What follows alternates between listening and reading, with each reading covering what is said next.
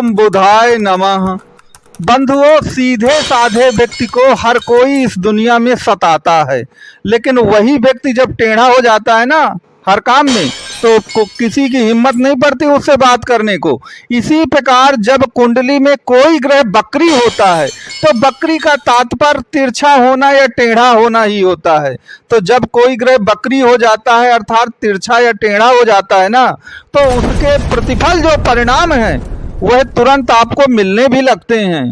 तो 9 अक्टूबर 2024 से आपके गुरुदेव बृहस्पति जो हैं आपकी वृष राशि में एक प्रकार से बकरी हो रहे हैं 4 फरवरी 2025 तक के लिए। तो इस दौरान जो भी गुरु से संबंधित प्रतिफल हैं, चूंकि वह बकरी हो गए हैं, तिरछे और टेढ़े हो गए हैं, तो जो उदाहरण मैंने मनुष्य के लिए बताया है ना, वही उदाहरण आपके ग्रह के लिए लागू होगा और प्रतिफल आपको तुरंत मिलना शुरू हो जाएंगे। तो कौन कौन से प्रतिफल मिलेंगे? मैंने जैसा थंबनेल में बताया है कि भोग और योग दोनों की प्राप्ति आपको होने वाली है। तो वह प्राप्ति किस तरह से होगी, आप पूरा वीडियो देखते रहिए और वीडियो को लाइक, शेयर और सब्सक्राइब आप जरूर करिएगा। तो मित्रों, इस समय आप जैसा कि चार्ट में देख रहे हैं, आपके 12वें भाव पर गुरुदेव बृहस्पति जो है विराजमान है, चाहे आपकी मिथुन राशि हो या मिथुन लग्न हो।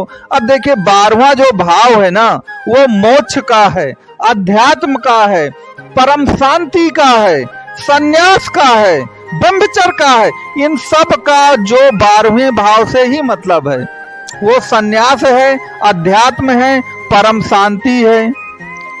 तो जब कोई ग्रह, मैंने कहा बकरी होगा, तो आपको योग तो मिलना ही मिलना है। आप अध्यात्म में चले जाएंगे, परम शांति में चले जाएंगे और बकरी ग्रह की ताकत आपने ज्यादा हो ही जाती है।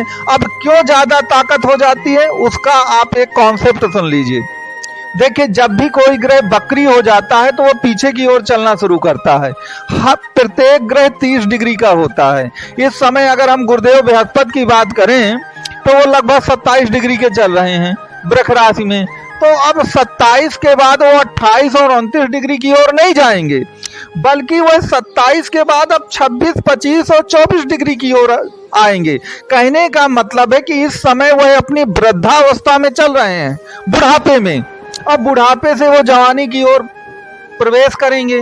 तो कोई भी ग्रह अगर बुढ़ापे से जवानी की ओर जाएगा तो उसकी ताकत तो बढ़ेगी ही बढ़ेगी। बेसिक कॉन्सेप्ट ये है। तो जो भी बकरी ग्रह होते हैं उनकी ताकत इसीलिए कई गुना बढ़ जाती है। तो गुरुदेव बृहस्पति जो हैं 27 डिग्री से अब 26 डिग्री की ओर चलेंगे, अर्थात पीछे की ओर चलेंगे। अब आपकी कुंडली में वो 12वें भाव पर है। इस कॉन्सेप्ट को बहुत ध्यान से सुनिए कि गुरुदेव बृहस्पति 12वें भाव पर है और वह पीछे की ओर चलेंगे। तो 12वें के बाद पीछे की ओर कौन सा आपका भाव आएगा? 11वां भाव आएगा। और 11वां भाव है आपकी मनोकामनाओं और इनकम का। इसीलिए मैं कहता हूं कि मनोकामनाओं की पूर्ति भी जो बकरी आपके गुरुदेव महाराज हैं वह आपकी मनोकामनाओं की पूर्ति भी करवाएंगे। क्योंकि आप तो जानते हैं ना, बिना भोग के कोई योग नहीं मिलता है। तो जो मनोकामनाएं क्या हैं? मनोकामनाएं आपकी वो इच्छाएं हैं या वो भोग विलास है जिसको आप इस दुनिया में चाहते थे। और जब गुरु बकरी होंगे तो बकरी ग्रह हमेशा अपने भाव से एक भाव पहले का प्रतिफल देना शुरू करता है और आपका 11वां भाव आएगा, क्योंकि 12वें भाव पर तो ऑलरेडी वो है। और उस पर जानते सबसे अच्छी बात आपके लिए क्या है कि गुरुदेव बृहस्पति इस समय मृगशिरा नक्षत्र में चल रहे हैं और 11वें भाव पर आपकी मेष राशि आती है जो कि मंगल की राशि है और मंगल का जो नक्षत्र है वह भी मृगशिरा है। तो कहने का तात्पर्य है कि 11वें भाव के प्रतिफल भी देंगे और वो भी मृगशिरा नक्षत्र के होके देंगे। तो आप समझ सकते हैं कि मृगशिरा नक्षत्र कितना शक्तिशाली मंगल का नक्षत्र है। मंगल वैसे भी कुंडली में आपके बाहुबल हैं, बाहुबल के प्रतीक माने जाते हैं एक प्रकार से। तो मंगल के नक्षत्र में होने से आपको 11वें भाव के सभी लाभ मिलेंगे, जिसमें आपकी सभी मनोकामनाएं और इच्छाएं हैं जिनकी पूर्ति होगी। इनकम के जो नए नए स्रोत हैं वह भी आपके जीवन में आना शुरू हो जाएंगे। तो भोग से योग की ओर आप जाएंगे। 11वें भाव को आप भोग कह सकते हैं क्योंकि इसमें सभी इच्छाएं हैं, और आपका 12वां भाव योग कहलाता है। अब यहाँ पर दो बातों पर जरूर ध्यान दीजिएगा आप। भोग और योग में क्या अंतर है? देखिए, योग से आपको मेंटल पीस मिलती है और भोग से आपको इंजॉयमेंट मिलता है।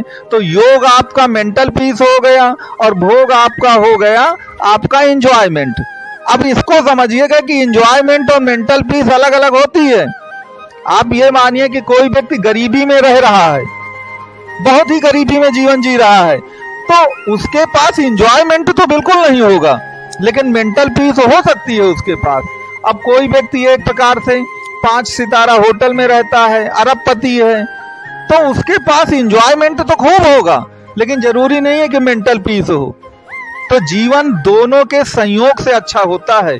आपके पास इंजॉयमेंट भी होना चाहिए और आपके पास मेंटल पीस भी होना चाहिए। तो बस इससे अच्छा कॉम्बिनेशन क्या बनेगा कि 11वां जो भाव है वो मनोकामनाओं की पूर्ति है, अर्थात आपका इंजॉयमेंट है, इनकम है, और 12वां भाव योग है, अध्यात्म है, जो कि मेंटल पीस है। तो आपके जीवन में बकरी गुरु जो हैं 9 फरवरी से लेकर के 9 अक्टूबर से लेकर 4 फरवरी 2025 तक ये योग आपके जीवन में ला रहे हैं, जिसमें आपको भोग और योग दोनों की प्राप्ति आपको अपने जीवन में होगी। अब बस अंत में मैं हमेशा एक बात को दोहराता हूं कि आप अपनी कुंडली को जरूर थोड़ा सा देखिएगा कि उसमें गुरु की स्थिति क्या है। यदि गुरु की स्थिति अच्छी है या गुरु की दशा या अंतरदशा चल रही है तो वह प्रतिफल आपको बहुत जल्दी और बड़ी मात्रा में प्राप्त होंगे।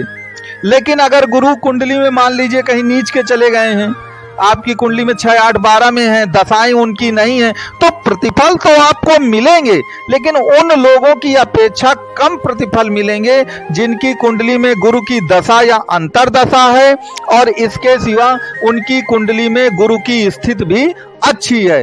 तो मित्रों, आपको ये आकलन जो मैंने बताया है गुरु के बारे में, ये बकरी गुरु की पूरी कॉन्सेप्ट के साथ मैंने आपको ये सब कुछ समझाने की कोशिश की है। अब आपको अगर कोई भी प्रश्न आपको डाउट हो तो कमेंट बॉक्स में पूछ सकते हैं।